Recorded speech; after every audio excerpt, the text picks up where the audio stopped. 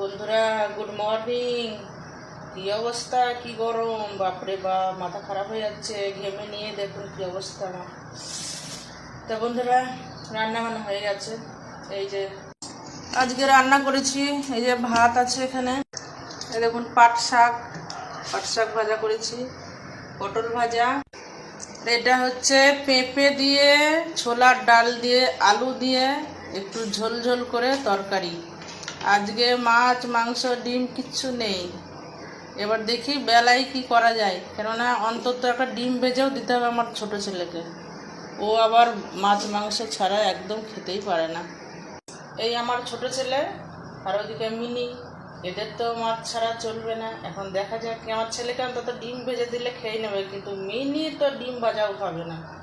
এবার দেখা যাক কি আজকে বাজার যেতে পারবো কি না জানি না এই গরমে। আসলে বর রাত্রেবেলা যখন কাজ থেকে ফেরে তখন অল্প অল্প বাজার নিয়ে আসে, যার জন্য আমার আর যাওয়া হয় না। তো দেখা যাক, কালকে মাছ নিয়ে আসেনি, তো দেখি আজকে আবার আনে কিনা, না হলে আমাকে যেতে হবে। আর তারপরে যা রোদ গরম, আর ইচ্ছা করে না বেরাতে। বন্ধু